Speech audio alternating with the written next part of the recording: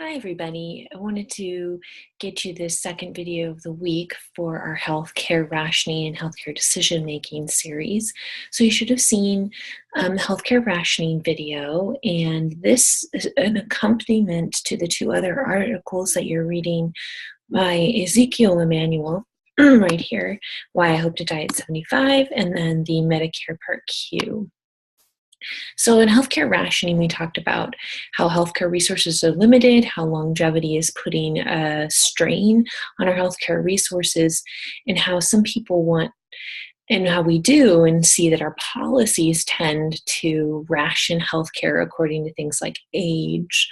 So, because age is viewed as expensive and older adults are viewed as not necessarily deserving their share that they have of the resources, our healthcare policies tend to show things like, well, we give the more expensive treatments to this group, or we would rather reimburse this group, or taking away hearing aids in the UK for those who are only mildly impaired for hearing, because we want to allocate those sources otherwise. And this accompaniment is really about a different take on how we do healthcare at the end of life. So instead of saying, well, let's take those resources away because they're expensive and older adults don't need it because they're aging and they're going to die anyway, essentially is the message. We have a couple of different viewpoints here about what we should do, what healthcare should and could look like at the end of life. So I always have students read this article, Why I Hope to Die at 75, by Ezekiel Emanuel, who is a healthcare economist, very famous healthcare economist and doctor, because it gets under people's skin a lot. The message here is can be abrupt when you're reading it, right? So Ezekiel says, well, I'm going to die at 75, and that's what I'd like to do because I don't want to live long. We're not compressing morbidity. I'm going to be a burden on my family. The diseases that are undesirable, like cancer, dementia, etc., are more likely to happen. I want to preserve my functional self. So why not decide, all right, after a certain age, I'm done. I've had it. He talks about the ideas that we've discussed, that some abilities decline, your function declines, your cognitive processes naturally decline, and the fact that he doesn't think that living longer in life is desirable because it puts a burden on family, it puts a burden on your resources, and in general, it's not a fun picture. He says our living too long places real emotional weights on our progeny. But if we only live to 75 or around that area, you have the sort of remnants of the joyous relationship that you've had for a while, and you have the memories and the experience of yourself. He calls our search for being the American immortal ridiculous and futile. So this is a difficult pill to swallow for a lot of people in this article, because he is in some ways advocating for, assisted death or taking your own life in some ways, but he's not really, when you look at the article and when you think about what he's saying. I think more so he's arguing that he doesn't want to be that person who chases after every expensive cure and treatment, because in the end, what he really wants is the most quality years of life that he can get. And then he hopes that, just like the One-Ha-She model that we talked about in longevity, he just kind of breaks down quick at the end. So it's really less of a assisted death argument than it is an argument that, we have these limited resources and we don't see a lot of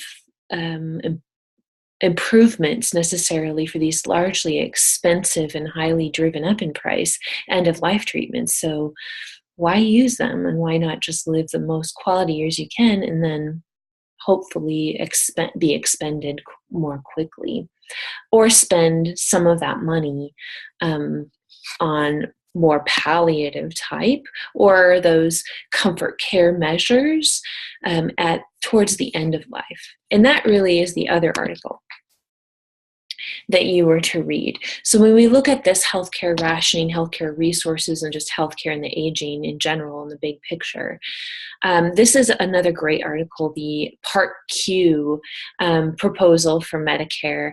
And when you think about it, think about the tenets that she is putting forward for Medicare Part Q, and think to yourself, would I sign up for this plan? So she says, as you read through the article, she explains she had an experience with her father and mother and their family, and seeing him have all these expensive, kind of not very useful treatments at the end of his life to prolong things, presumably for her.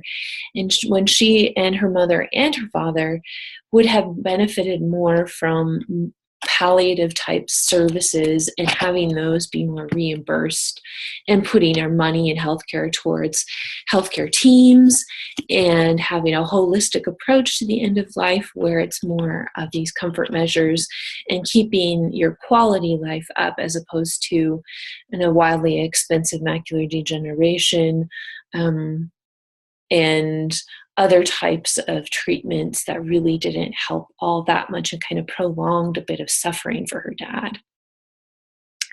So this is one sort of answer to the healthcare picture in aging, is maybe we need to shift our focus or our priorities towards different types of care. Once we sort of hit that zone where we're having quite a bit of functional difficulties and quite a bit of disease, or a very serious disease like dementia, and look at things like what can we do to make that time of life a better time of life, then what can we do to prolong that time of life. So what would it cover in Medicare Part Q? She says, well, it would be a team-based approach. So all the consultations with your team who know you well and can integrate your care would be covered. It would cover home health visits, so keeping you at home and keeping your quality of life at home up. And it would cover 2 years of hospice care, which is quite a bit more than the general coverage that you can get. And it doesn't cover things like costly life-saving treatments. So in other words, if you're choosing Medicare Part Q, you'd be saying, I don't really want that other costly stuff. I'm okay with my current diagnoses and status, and I just want to live the rest of my years in quality care. I won't cover painful treatments, won't cover treatments that are for fixing or extending life, however short or long that might be.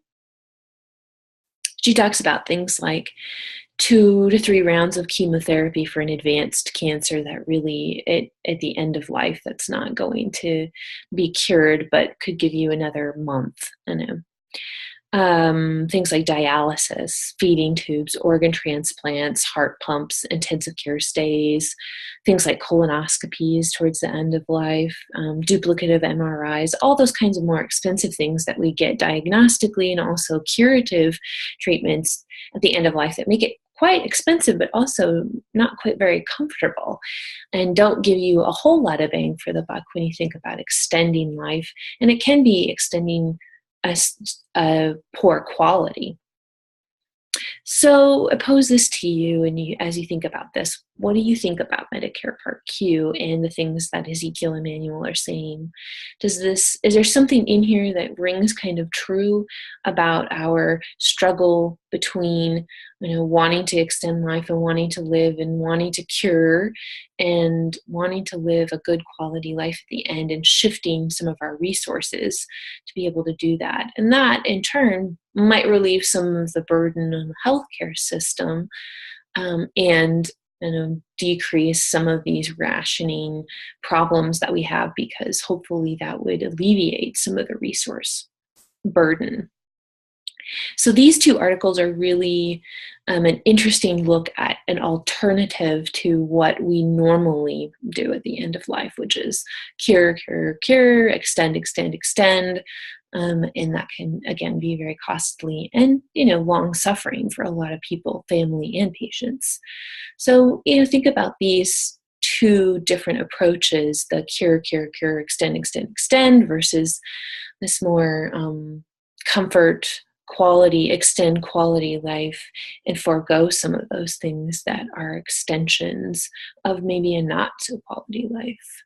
And that is really what I want you to take out of these couple of articles, thinking about what it would be like for you, for your family members, if you would sign up for Medicare Part Q, or if you really think, the cure route, an extension route, is something that you value.